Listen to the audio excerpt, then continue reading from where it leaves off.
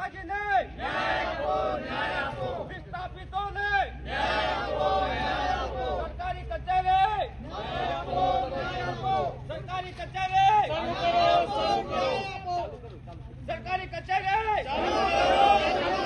શામળાજીને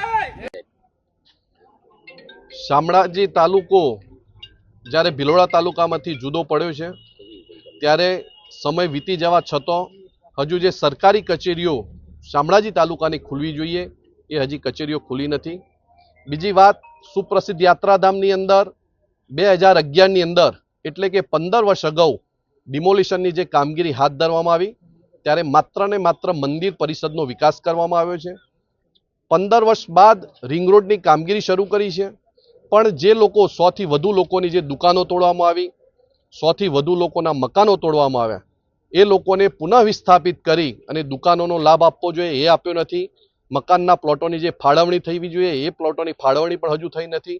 કેટલાક લોકો તો આજે 15 વર્ષે પણ તંબુમાં રોકાય છે. એટલે સરકારશ્રીને અમે વિનંતી કરવા માટે મામલતદારશ્રીને આવેદનપત્ર આપ્યું છે અને કહ્યું છે કે ભાઈ તમે આ સુપ્રસિદ્ધ યાત્રાધામ શામળાજી હોય ત્યારે અરવલ્લી જિલ્લાને જેમ હંમેશા અરમાયું વર્તન રાખવામાં આવે છે એવું તમે ના કરો. પુનઃ વિસ્થાપિતની કામગીરી પણ તાત્કાલિક ધોરણે કરો. રિવરફ્રન્ટની જે વાત છે એ પણ તમે તાત્કાલિક ધોરણો કરો અને શામળાજી યાત્રાધામની અંદર પાર્કિંગની પણ સુવિધા જ્યારે નથી એની પણ સુવિધા તાત્કાલિક ધોરણે કરવી જોઈએ. એમ આ શામળાજી જે યાત્રાધામ છે એનો સર્વાંગી વિકાસ તાત્કાલિક ધોરણે હાથ ધરાય એ માટે મામલતદારશ્રીને અમે આવેદનપત્ર આપ્યું છે.